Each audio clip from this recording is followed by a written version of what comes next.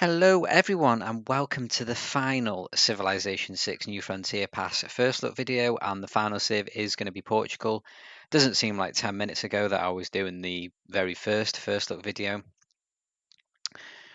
Obviously, slightly disappointed it's not Wales, but I think a lot of people did sort of predict and anticipate that it was going to be Portugal. Highly demanded as well, I believe. And to be honest, when I first heard that it was going to be Portugal, I thought to myself, what really are they going to do with this civ? It's just going to be kind of boring. It's probably going to be international trading bonuses with a unique frigate, like a lot of other civs have got. Probably non-plunderable trade route tiles. Plunderable, is that a word? Not sure, but it is now. But again, like with all the new Frontier Pass civs, I'm quite sort of pleasantly surprised at how unique and fresh they've made this civ. So yeah, enough rambling. As usual, we're going to be focused on multiplayer analysis when we do talk about their sort of various bonuses, specifically with the Better Balanced Game mod that you guys watch me use in my games. Anyway, if you like the content, make sure to subscribe. Come follow me over on Twitch. I stream Monday to Wednesday and then on Friday as well. Come and say hello. So yeah, let's jump straight into it.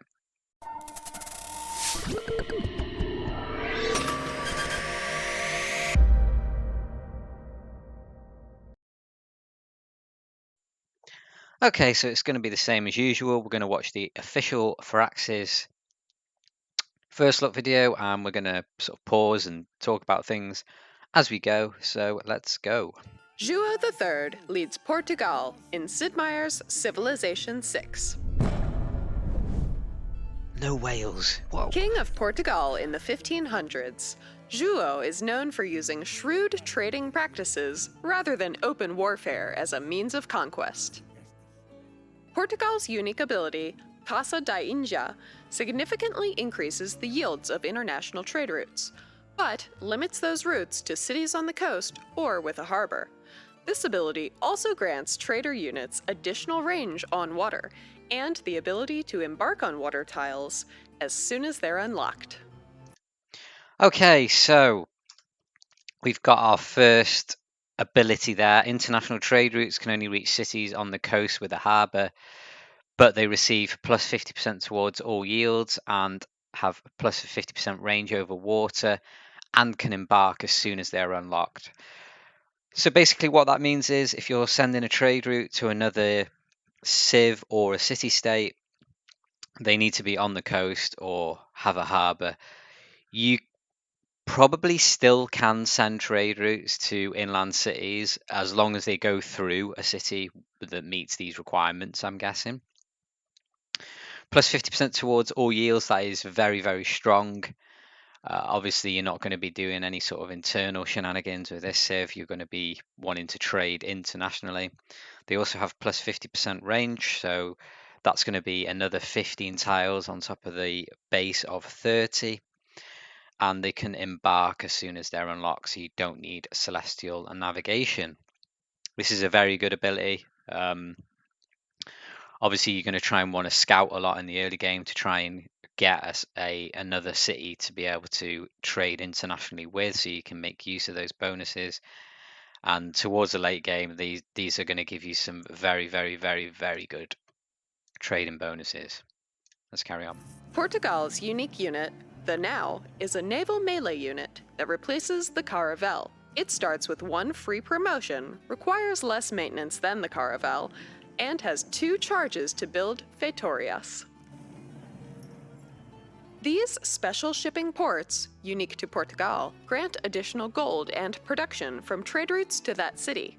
A Feitoria can only be built by a Now naval unit on a foreign coastal tile next to a luxury or bonus resource. Portugal's unique build.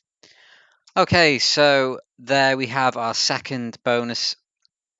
It's kind of a 2-in-1 ability, really, isn't it? You've got the Now, which replaces the Caravel, grants a free promotion and is less maintenance. So I'm guessing if you pre-build, like a free promotion isn't great as soon as you build that unit.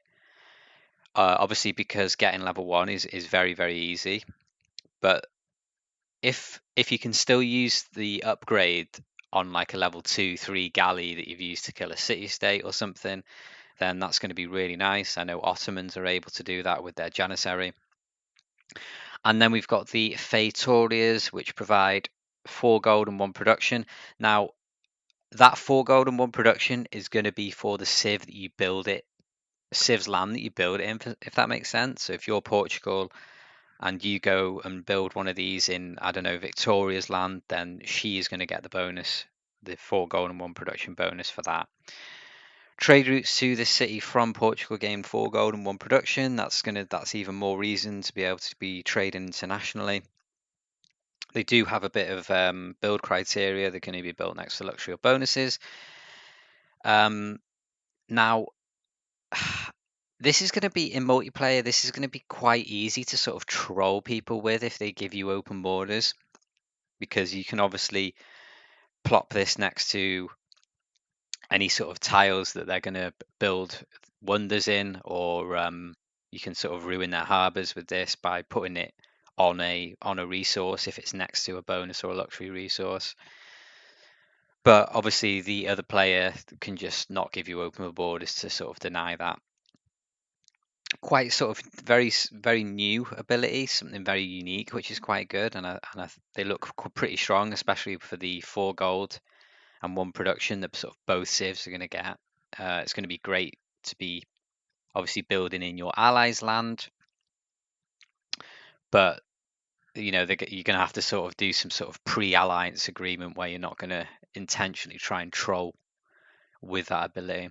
And we all know what multiplayer players are like sometimes. They're going to be loving Building that. the navigation school replaces the university.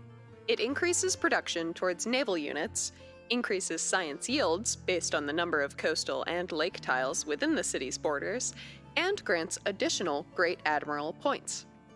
João's unique ability, Porta do Circo, grants all units increased sight. It also increases trade route capacity whenever Portugal meets a new civ, and provides open borders with all city-states. Okay, so firstly, we've got the unique building, the navigation school, which replaces the university. I like this. Again, it's something different and new that they've done, which I really, really like. Plus, and it really ties in well with the Civ as well. Building units Portugal plus 25% production towards naval units in this city. That's going to be very strong, paired with something like Venetian Arsenal. 1 science for every 2 coast or lake tiles in this city. Also nice. I'm guessing that sort of. I'm not sure if that yield is going to sort of go into the university, if that makes sense. So you don't have to work those tiles. If so, that's also probably going to work with rationalism, which is going to be very, very nice as well. 1 admiral point is a nice little bonus as well. And then we've got the unique ability, which we've spoken about all the abilities now, and in my head it's a sort of balanced civ. It looks pretty fun. I believe it's got the only unique caravel in the game. And then they overdo it with this ability. All units provide 1 site, that's quite strong, but +1 trade route capacity when a civilization is met. It's too much, especially with all those international trade bonuses they get. Trading is already very strong in multiplayer Civ, at least. A lot of people will rush commercial hubs and markets to get those extra trade routes, and then the merchants on top of that are always contested, the ones that give you extra trading bonuses. But this just is too much. Obviously, already this is permabanned in teamers, because how teamers works is you basically meet all the players by about turn 15, 10 to 20. You'll meet everyone. So in a 6v6, you're already at 12 trade route capacity. It's silly. It's permabanned in teamers before it's even released, which is kind of sad. Maybe BBG will remove this ability.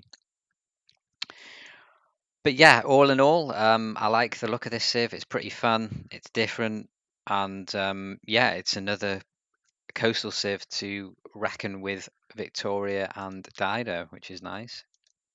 Start the game by exploring a lot, and try to meet every civ as quickly as possible for free trade route capacity.